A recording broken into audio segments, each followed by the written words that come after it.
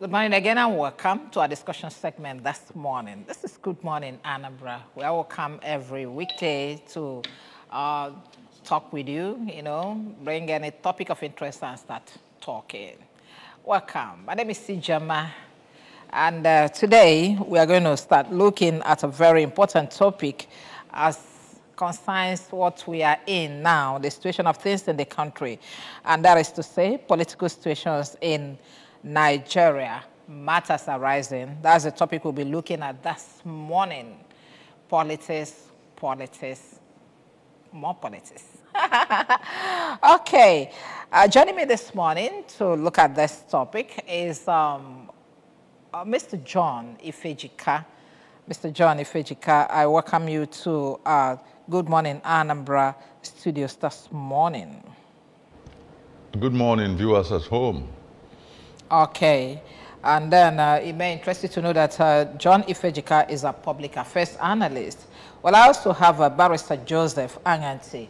He's a legal practitioner and also a public affairs analyst. Welcome, Joseph. Thank you. Good morning, viewers.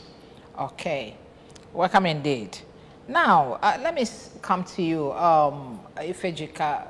Looking at the situation of things in the country, okay, let's first of all look at the politics of this 2023 election, how we started the campaign, the election, and now preparing for inauguration and a whole lot of cases in the tribunal. And, these are the things that are trending this period I want to look at. But let us also look back before we start looking at what happened now. How will you describe elections in Nigeria? Oh, yeah. Elections in Nigeria, starting from the time of Eyo Eshwa, that was in 1964. It has always been the same story.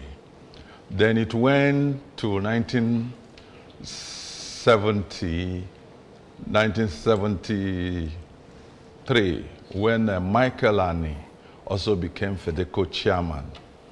And the election that brought in Shehu Shagari, he conducted it, and so on and so forth. He was a top civil servant, and he was made the chairman. And I think Shagari got 5.8 million votes. Awolowo got 4.9.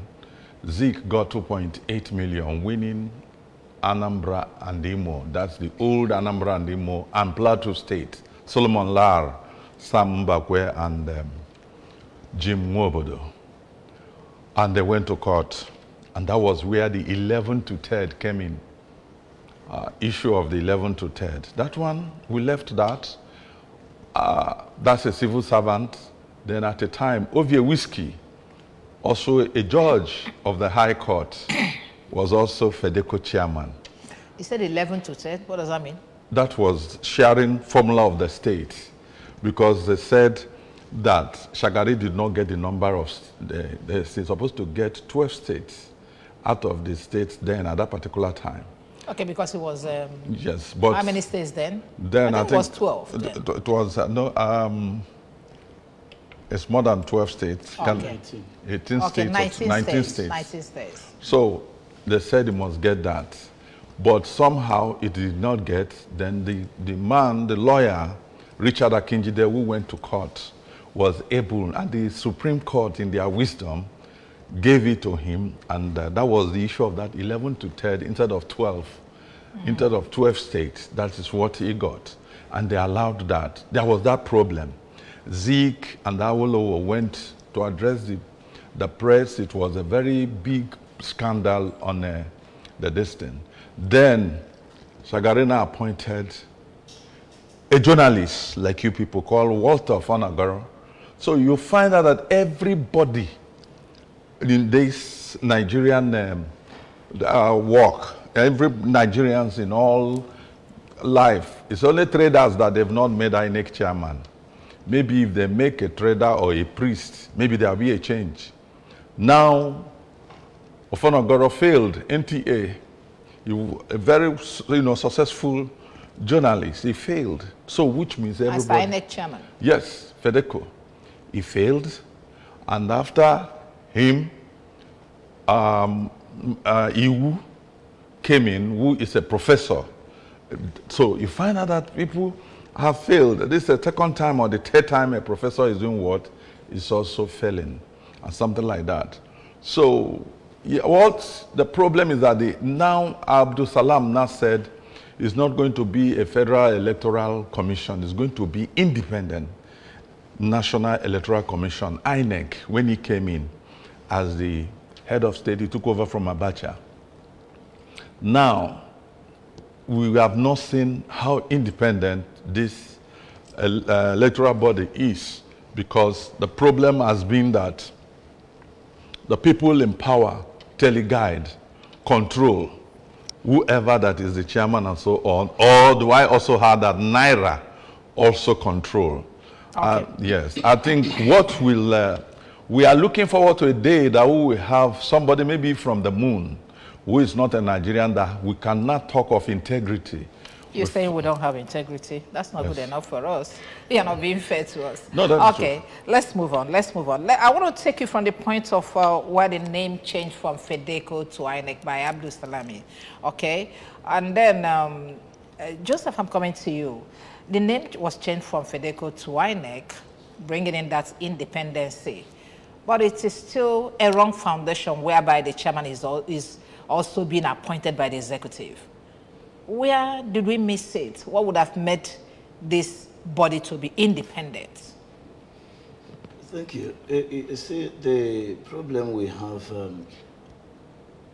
in this country is the political office holders.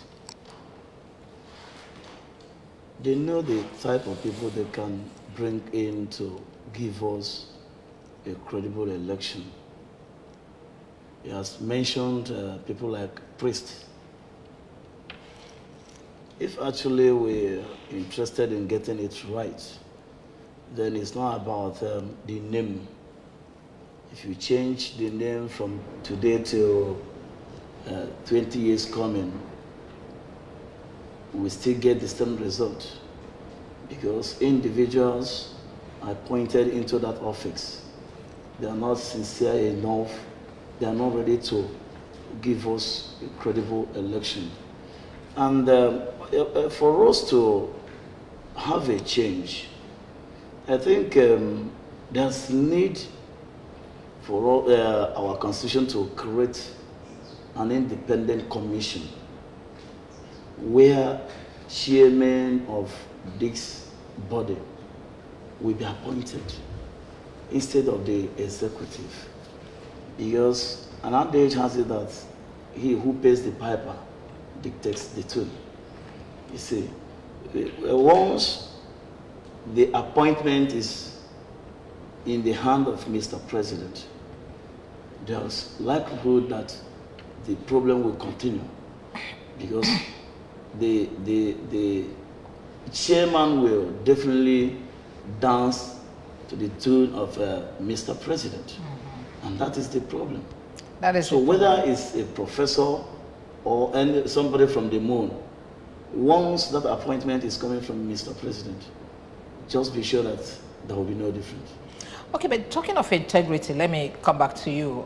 Where you mentioned integrity, maybe we need to get somebody from outside, and that was where I came in, and they said, no, I think we still have men of integrity. Let's look at the space between Ovio Whiskey, Fonagoro, Maurice Iwu, Humphrey Nwosu, then Jega, this and this other Mahmoud. Will you say that among these men, nobody has shown any level of integrity in that office? The only election in Nigeria that was a success, which everybody in Nigeria talked about, was the option A4 of Professor Humphrey Nwosu. That was the election, because that was the election that was a kind of an eye-opener to Nigerians, because at each time, it has always been the not. But when MKO Abiola came in, as with Babagana Kingibe, came in with Abdul Tofa to contest, then it was option A4. And maybe because of the way the election goes, because within, if you do the election now in Awka, you have known the political party that have won. You don't need to. You stand behind the person. And when he did it, everybody applauded Humphrey Nwosu for this. It was a success. But to the surprise of everybody, the military annulled the only successful election that we have had in this country. This was what led to this issue of June 12th. And at the end of the day, Abiola died, and so on, and things like that. So this has been the only election that was a success in Nigeria. The people did not complain. People said, yes, congratulations, this is the best election. Only for us to stay one day and find out the military removing the result that has been pasted on the INEC this thing, because then it's a board. They have a tabulation, a board that they will be writing the result. There was an order that Humphrey Nwosu should stop that. And people, the director of DSS, Akilu, and so on came in. And we understand that there was some physical attack on some of the Fedeco people and things like that. That's the election, and which we will never forget. At least Humphrey Nwosu showed strength. It showed strength, integrity. Okay. It doesn't care what will happen. Is any of these ones we have had after him close to what he did? I think we have had somebody after him before Jega. We had Jega, and then this Mahmoud Aris. We had Maurice Iwu. Okay, before Jega. Yes. And then, so how will you assess these people that came after Humphrey? Joseph. You see, it's still the same result, the same injustice. If you talk of Maurice Iwu, Jehovah, that is when people will still be on the line trying to vote, and you will just put on your radio.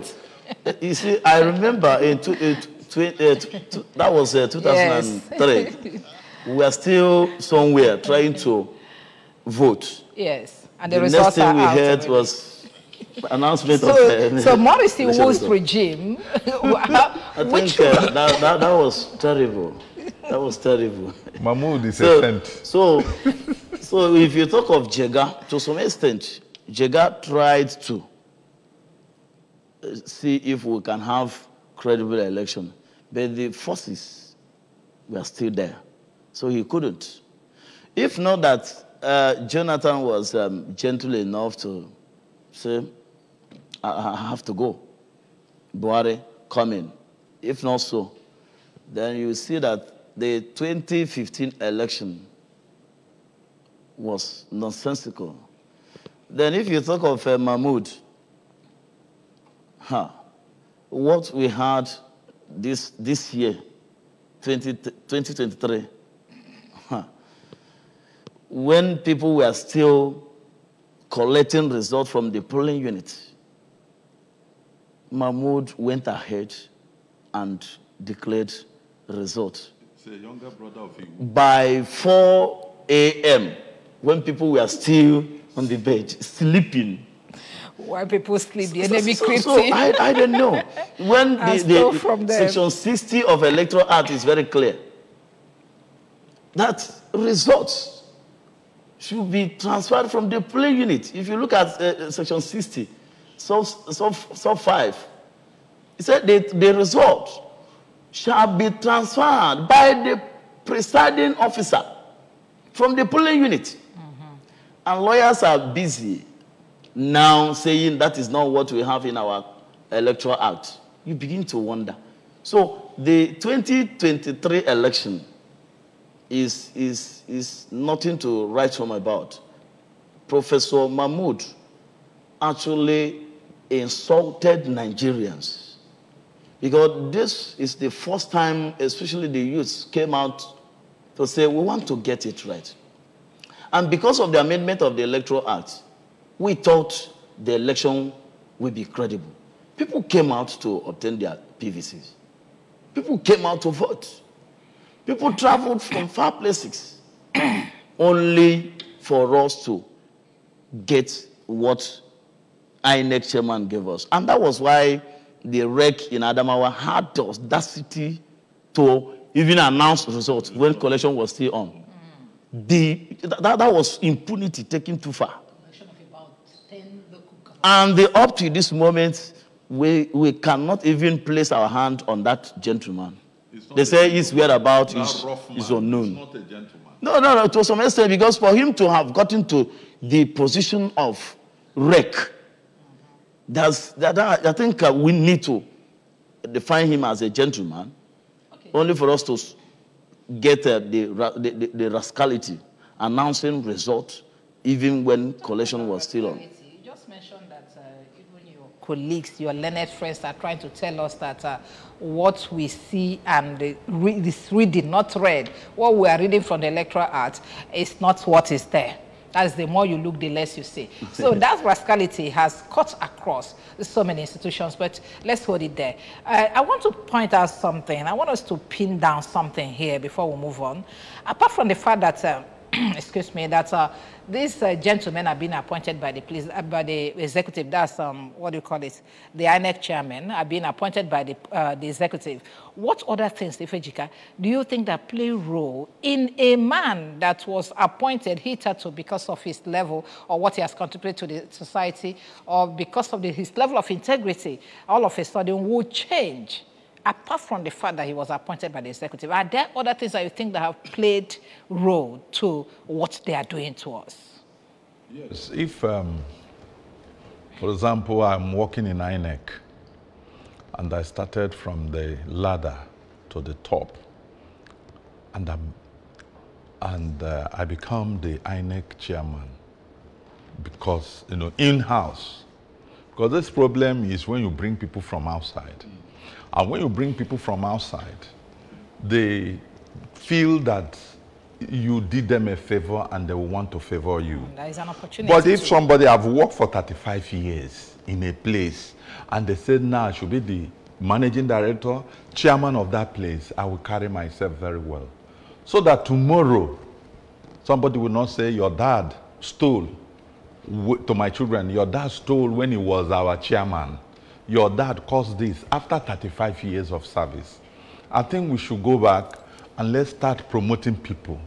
You don't just bring somebody from outside and say, let him go to that place and be there. You have done him a great favor, and he will. Because if I'm going to misbehave, the man following me would not want, he wants to have a very good record, to be remembered, so that posterity will judge him. So let's stop this idea of bringing one Mahmoud, one Iwu from outside. Let's go in-house and let the INEC workers grow on the job with sincerity. If they go there, if you have 6 directors, the most senior be made the chairman. And that's all. The same thing is applicable in other organizations. We move like that, then there are people who want to walk and say, yes, I'm looking forward to be a chairman one day. You respect yourself. There'll be integrity, there'll be respect in that your job. But bringing somebody, the person will say what, at the end they will bring someone. Okay, let's take a break here and hit the street to talk to some people. Perhaps when we come back, we'll look at this last election critically, what's happened in the election, and then the aftermath of the election, the court cases, and a whole lot of things. We'll take a break here. Ndi Anambra, una potagola. Ibolachi. Good morning, Ndi Anambra.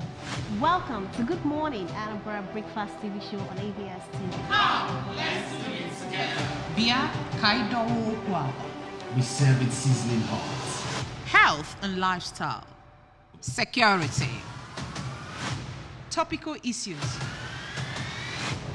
National development. Entertainment and more. Welcome to the flagship show where we arm you with the right tools for the day. Keeping you abreast with happenings and information within and beyond the state. There are so many things to gain staying tuned to Good Morning Anambra on ABS TV. Heartbeats of the East. Good Morning Anambra, live on ABS Television, weekdays 7 a.m. to 10 a.m.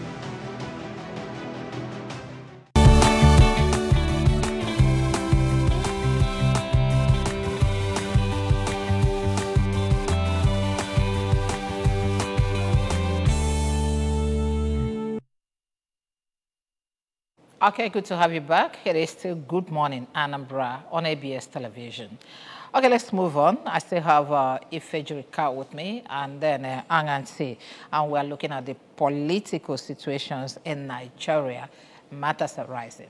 Let's now look at the matters arising after the last election, especially the presidential election that took place on the 25th of February, 2023.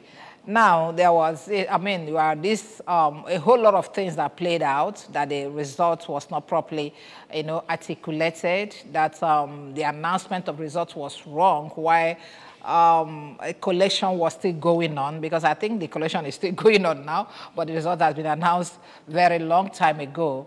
And then the people that went to court, people that asked others to go to court, and the people that went to court, and the whole of just this morning we read where Senator Nemani was asking Obi to withdraw cases from the court against Tinubu, as regards this last election. But the most important thing I would like us to start talking about now, the case of having a case in tribunal or court concerning a particular election, and then the swearing in of that election, of that winner, the supposed president-elect, will go on and the case continues. You are a lawyer. Let me start with you. So is there anything we can do to ensure that everything about this case is settled, so we know exactly who to swear in? Or is there provision for swearing in so many people at the same time? You finish this one, you start another one. Yeah. The point is that if we as a people, if we want to have election and all the matters sorted out before swearing in date, we can do it. Kenya did it. Even US did the same thing. So I don't know why we have to wait for 180 days. The first instance, that's the tribunal. Then you wait again for another 60 days. These things are not necessary. If we can bring down the date of election, maybe the date of swearing in is 6 months, 7 months up, then you bring election. The election will hold. Then some of the issues raised in the petition can be looked into. Like the OB petition is talking about the 25% in FCT. These are issues the tribunal can just sit and look at. The use of and. At one sitting. Then there is also coming with the issue of drug against Tinubu. These are issues the tribunal can sit down and look at. Then you now go into the election. The Electoral Act talked about transmitting the result from the polling unit. Then the tribunal can easily look at all these things and say, did these things take place? Were the result transmitted? And if that was not done, why should the tribunal wait till after swearing in? Since these petitions were filed till this moment, we've not heard anything concerning the tribunal. What are they waiting for? So you see that the system is very slow. Since you've inaugurated the panel, what they need to do is to go into this matter immediately. And the moment you swear somebody in, there's likelihood that that matter will be compromised. So if we are really serious and sincere enough and we want to get it right, I think there should be enough time for us to. Before now, election used to be 2 years, 3 years. You remember Ngige was in office for up to 3 years. Mm-hmm. And at a point we said no. let's get the first time 180 days. All the evidence you need to give, get them. And the only problem you have is the trial at the point. Once you get to appeal, what the appeal will just look at is evaluation of what the trial court has done. So you don't need at that point to start putting in witnesses again. So both appeal and the Supreme Court will simply look at what the trial court has done. In 2 weeks. In 2 weeks. So we don't need all this. You inaugurate the appeal tribunal committee. They will go home and sit down and relax and be waiting for swearing in. So that is the point. If we want to get it, we can do it. All right. You might need to come in there, Ifejika. No, he said it all. Just because you cannot swear me in as president of a nation, and tomorrow you now ask me to leave. It's not possible. And it has never happened in Nigeria. Now, you think it will never happen? If it hasn't happened, do you think it will never happen? Why I say it will not happen is that the judges are compromised. That is the compromise. That's the truth. Yeah. And that is where I want us to look at now. The judges are compromised, and that's also, you know, it's going to touch what we discussed earlier about the appointment of the INEC chairman. Okay, now how do you and even appointment of judges? Do you agree with him that the judges are compromised? I said something here, compromise. I said if somebody is to be sworn in and maybe before that matter is taken care of by appeal, that there's possibility of compromise. I've said it earlier. You will not mention them. You know. And I'm not saying that you should, it may come from maybe the judges or no.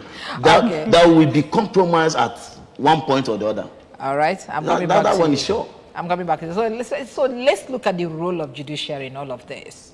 Okay, the judges are being appointed by the president, but it's the president that is leaving. So if they have any allegiance, I think it's by the president that's leaving. So what is the role of the judiciary, the NJC, the NBA, and everything in all of this? Because people are now saying, Nigerians are now saying that I don't know whether that's still hold that the court is the last hope of the common man. But I think what they're saying now that Nigeria's future is in the hand of the judiciary. So what do you expect from the judiciary at this point in time? Well, it happened in America. You know, the election between George Bush and Al Gore. George Bush and Al Gore. Al Gore was the vice president of Clinton. And they won the election. But they said some judges in Florida, they are going to do another thing. And only to find out that most of those judges were appointed by the father of the person involved. His father was the president in America at that time. His father was the one who appointed those judges. And his younger brother is also a governor of Florida. So, and people said, no, this is highly compromised. And it was so. And before then, Al Gore carried his bag and went home. And didn't know because he knew. There's nowhere that these ones cannot be compromised. Because some of them wants to favor the incoming president because they want to be president, Chief Justice, because it's instead that they are called Chief Judge. He wants to be the Chief Justice of the Supreme Court of Nigeria. And he knows that the present Chief Judge has just maybe a year and 6 months to go. And if this man comes in and I support him, I might become the CGM and so on and things like that. It's supposed to be so, but you know, the same president, when you talk NGC, the National Judicial Commission, is supposed to appoint judges. They are supposed to do that, and I think the president too have hand in it. They do that. But if you see the way Supreme Court judges has been appointed, you can see 13 judges appointed today. Only 2 will come in the whole Southeast. The whole Southeast will have only 2. And they will just... If they will get even 2. They will get, they don't even have any. So you find out that people are favoring their own because of a thing like this. That is the problem we are having in Nigeria today. Okay. So let's look at this the court, we are not supposed to preempt what is going in the court, a case that is already in the court, but as a lawyer, how do you see that case going, and what do you think is going to be the outcome? Yeah, good. I think the issues already raised by the petitioners, both Atiku and P2B, are very germane.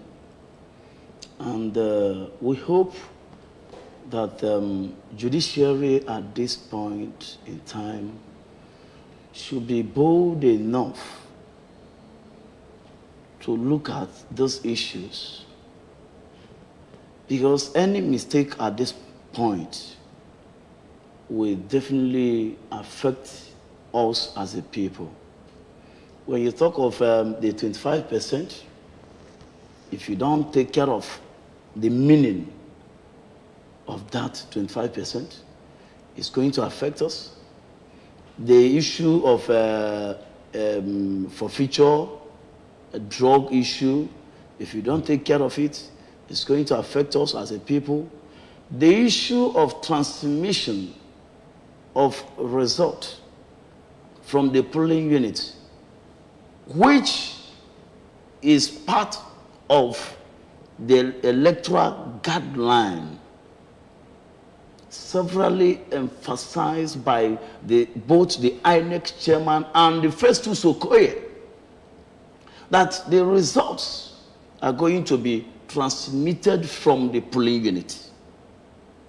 If we don't get this right, it simply means that the issue of incident form will still come back.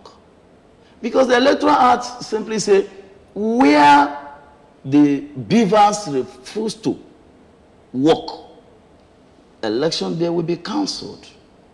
Where you have overvoting, election will be cancelled. Overvoting is when you have in the beavers 190, then your result there you have 191. That one vote makes it overvoting. And the Electoral Act says you cancel it. So if you cannot match the result with the beavers, then there's danger. We're in trouble. Because we know what Nigerians suffered to get the Electoral Act 2022 assented by Mr. President. And unfortunately, and very embarrassing, the Senate President was bold enough to come out to tell Nigerians that transmission is different from transfer. so I would begin to wonder. To get back to and the transfer should not be immediate. Then the question now is, after working as a presiding officer here today at this polling unit, are you coming back tomorrow to transfer the result? So we are not fools. But these guys take us for granted. They think we are fools. I wonder why. Somebody is saying, please stop collection. Let's check what you are giving us. Let's see if that is what we have in our IRF. And you say, go to court. So I will be in my house. You bring bulldozer. Then you bring down my house and ask me to go to court. And now that I'm even in the court, you're asking me why should I go to court? And if somebody has gone to court and you now begin to ask the person, why are you in court? So what I'm trying to say is that the judiciary must be very careful. People have reason to not believe the judiciary. Even I myself, I've said this severally, I'm a lawyer, but most of the times we are disappointed. Take, for instance, the Lawan, the Senate President, never contested for primaries. Because he was focusing on the presidency. He was focusing on presidency. And before you know it, they said he's the candidate. Supreme Court affirmed it. And you and I saw what happened in Imo State. Number 4. When number 4 now became number 1. Oh, yes. these are the things people will see. Even a retiring judge, I was reading something yesterday, and he said that he's feeling disappointed. I just hope Nigeria is going to survive the issue of we have not had the time of nullifying presidential election should not be the case here. These people should be bold enough. If actually Tinubu did not meet up with the requirement, they should be bold enough. I wish I would be one of them. I will make sure that we get it right. Because the judiciary is not really taking these guys seriously. That's why they're playing with them. And that's why the executive can ask the police to go down to the houses of judges, embarrass them. In the midnight. And till date, none of them have been convicted. So the judiciary should know that it's not even in good book of the executive. Yeah, as a lawyer, is there nothing the bodies that have you together can do like the problem we have NBA? The problem we have is that lawyers will have a very serious problem. I must tell you.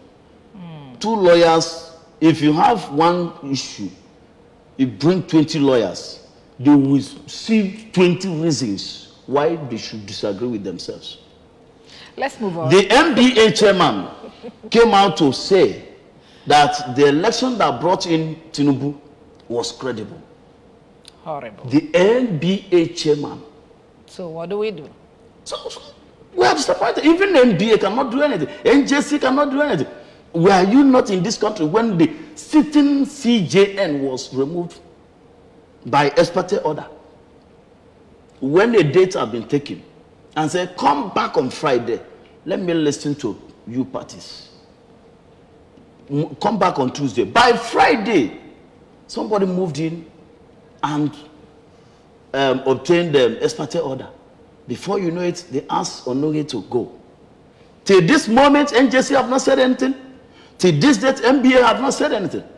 I think our problem is the judiciary. So, conflicting judgments here and there. But that's why, where is Secondus? Where is IU, the PDP? Where is Abure? Somebody would go down to a court on a criminal charge, and you now remove a national chairman of a Labour Party. If you have any criminal issue against him, you go to police. But during the governorship election and that of the House of Assembly, I think it went smoothly. How can you compare the two? Yeah, it went smoothly because we have, the Yoruba man will say, we have not gotten to the cocoa. The cocoa, the matter, now we are talking about Kogi is coming. Ekiti is coming. Edo is coming. Anambra is coming. It's then that Imo is coming. A lot of things have been coming now, and there was an accusation of one of the Labour Party candidates was giving $1 million. Yes, you heard it. Yes, Turo Hakim, one-time governor, fighting for another party to make sure that that man destabilizes whatever is Labour Party. In Imo State. In Imo State. So it became a serious issue. It was asked to come to Abuja and things, and it leaked. So these are the main, where there will be this problem. This will be problem because this new party that emerged caused a lot of problem. And people, we are saying they had no structure. And when the structureless party came in and they started beating the structured party, people became so surprised. So these are the things. These are the main political parties. The election will now say for itself. When it comes, then we will now know the people that... I think we have about 8 elections that are coming in future. Okay. Yes, this is where it will be a do or die affair. Okay. Nobody's going to die. Let's keep doing it. But before nobody will die. The point is that if INEC is ready to get it right, they will get it right. We had election in Anambra here. Nobody went to court because Soludo won. Election result was transmitted. There was election at the Osun State. The result was transmitted. Election held in Edo State. Results were transmitted. Obaseki won. So, you know, the same thing. So why are we like this? You guys, and then that he's retiring to Daura. But if they give him any problem, that he's moving to Niger, I don't know what that one means. That is he from Niger Republic? Yes, that is his state of origin. That is his origin. So he's a foreigner that has been ruling Nigeria? No. Is that what you mean? No. Now everybody have historical lineage. In the north, people they migrate from that place. Growing up, they will tell you that your great-grandfather happened to come from Niamey. And maybe when you have some financial muscle, you visit to know them, to know who they are, and so on. We have Igbos now in Equatorial Guinea who know where they come from. So if they have muscle, they come from Equatorial Guinea to come, because Igbo is the second largest tribe spoken in Equatorial Guinea. So that is it. So they will come, they know, they have that historical fact. So you know that this is where you come from. And some of the northerners who are rich have even gone to their place of origin to build houses and do so many things. So when you disturb them there, they will not go. People will welcome them because they have the cash. Okay, thank you very much. Do you see, Barrister, do you see Buhari being probed because Serap was asking him to account for 149 million barrels of oil, and then Huria is a civil society organization, is asking him that you must account for people that were killed by herdsmen? Just in a minute, let's go. Thank you. Nobody will even think of probing Buhari.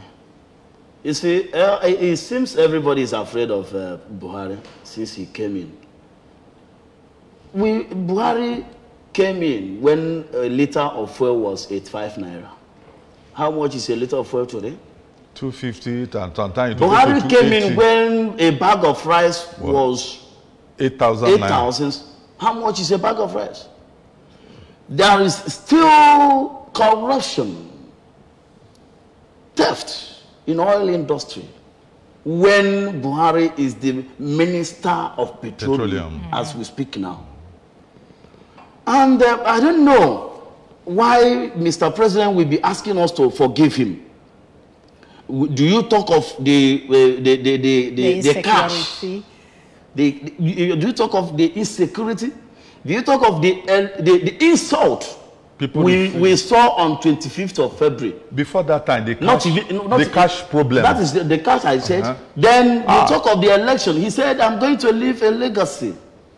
The legacy you are leaving for us is what we saw in February, where INEC chairman cannot transmit result, ordinary result. And went ahead to declare, he went ahead and he said, he had the audacity to say, go to court.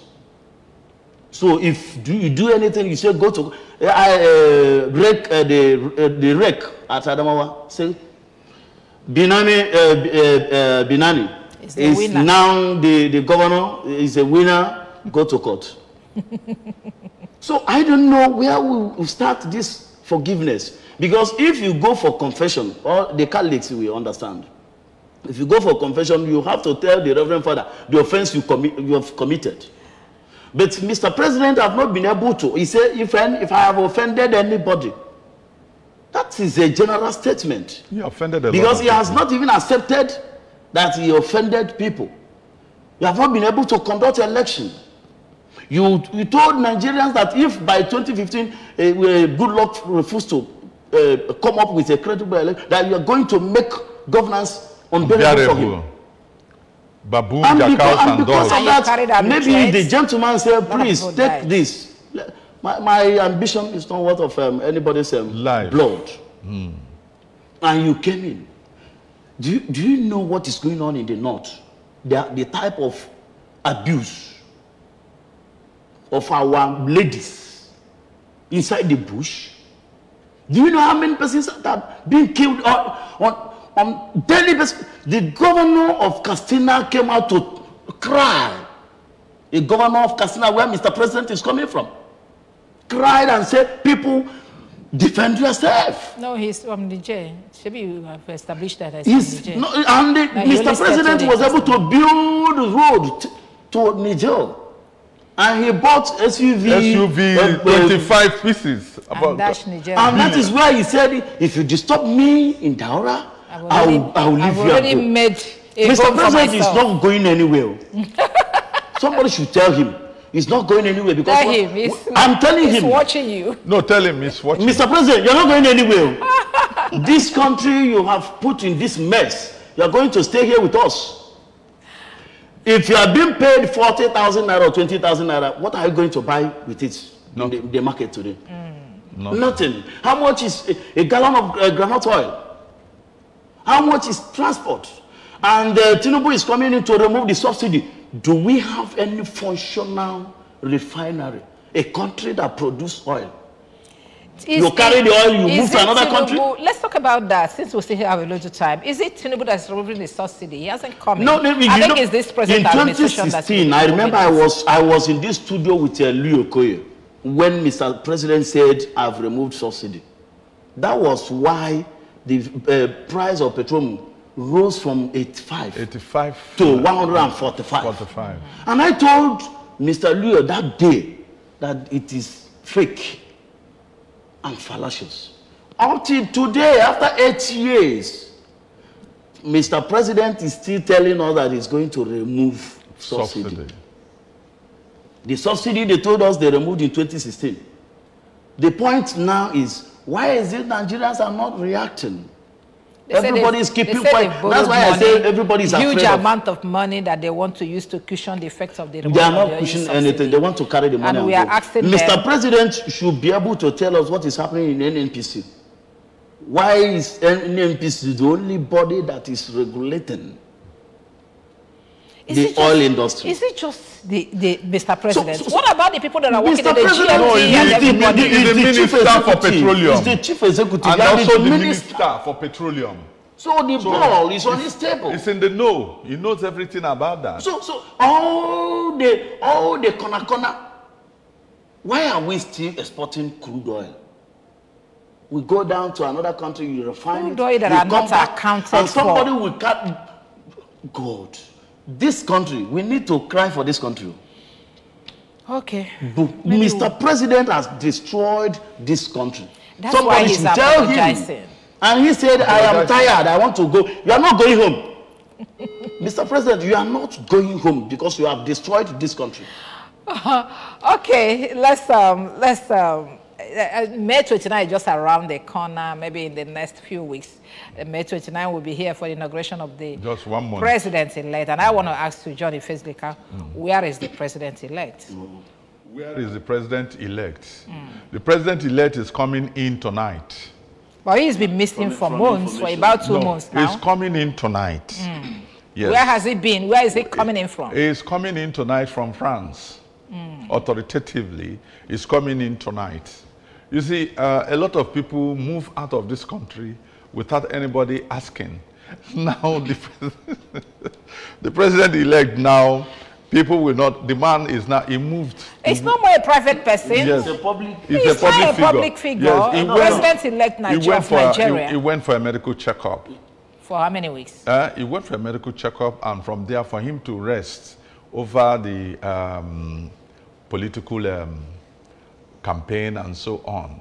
You know, this thing happened during the time of PRP, NPP, NPN, when one man from Anambra State called Dr. Chubok Adibo said that all the presidential candidates should go and check their medical health.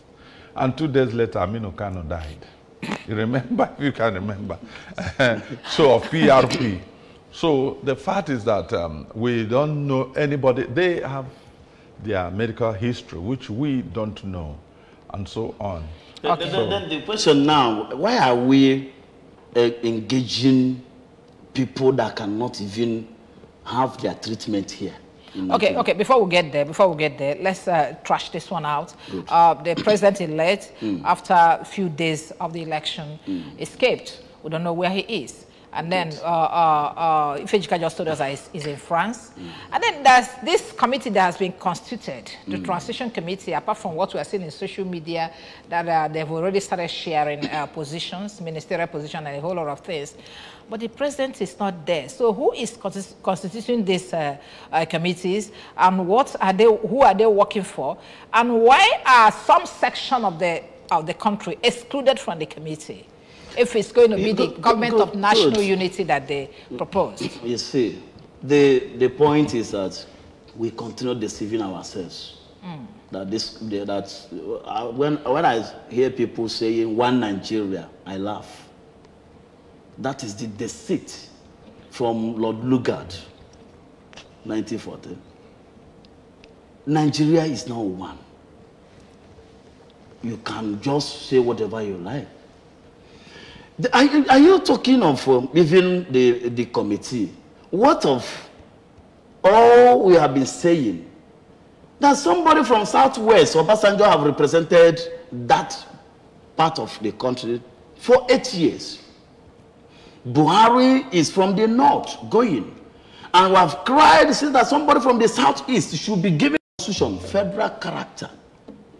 If you do it to Okafo, the agitation will go down. We are not surprised that Mr. President-elect is not having anybody from the southeast. We are not surprised. We know it will happen. And that is just the genesis. We have not seen anything. Yeah, but the southeast have not seen anything. That is why we must come together to fight against the injustice. Talk of all the appointments by Mr. President that's going out, Buhari. Do you have any woman in security architecture there? The IG of police is from the north.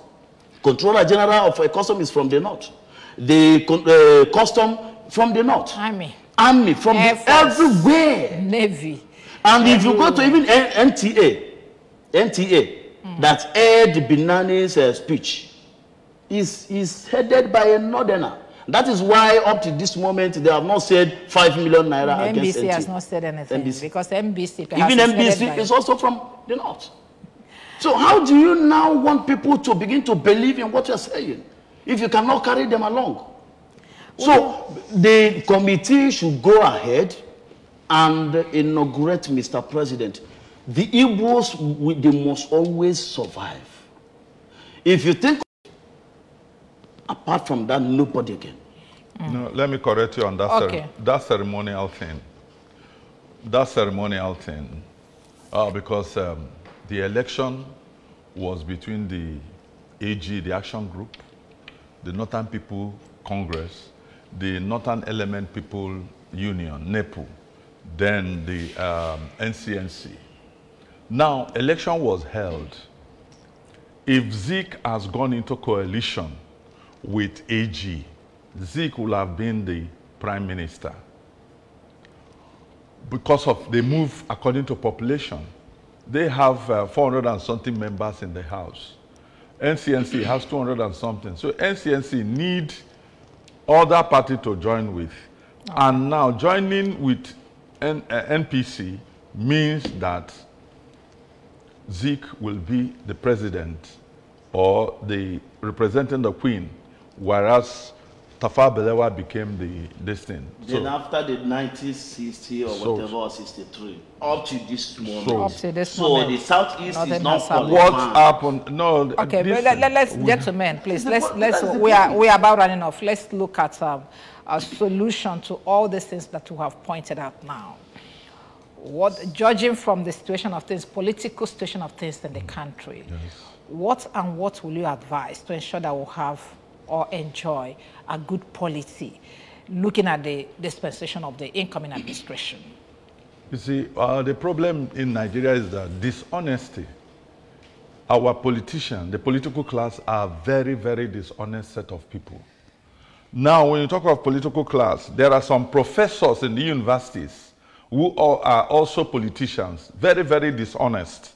You can see the ASU strike, the way it went. And if you are told that the same professors will also be involved by INEC to rig election, then you weep for this country. We have dishonest people everywhere. If there will be a decree saying now, anybody that have tested power from 1960 till 2023 that have been in power should go. And let's start with a fresh blood, fresh people, and see where it will lead us to. And that is the problem. Okay. Then the church, which we go to, has not helped matters. Because if the church has preached and said, because the way we acquire money politically, that's the way the church leadership also acquire money. So when you look at it, you look at it, you find that it looks as if the common man in this country has no hope. You see, the church you run to is more than useless than the political yes. Politicians. So it's a big problem. Except there will be this total overhauling. Total overhauling. Yes. I hope nobody's going to die. What do you want to say? We have to go back to Confab 2014 when Nigerians sat down in their numbers and said, these are our problems. Look at solution to it. And at the end of that confab, Mr. President came in and now threw the confab into dustbin. If we want to get it right, we'll go back to it. Then the system we're into, we need to look at the people we send to, even National Assembly, to make laws for us.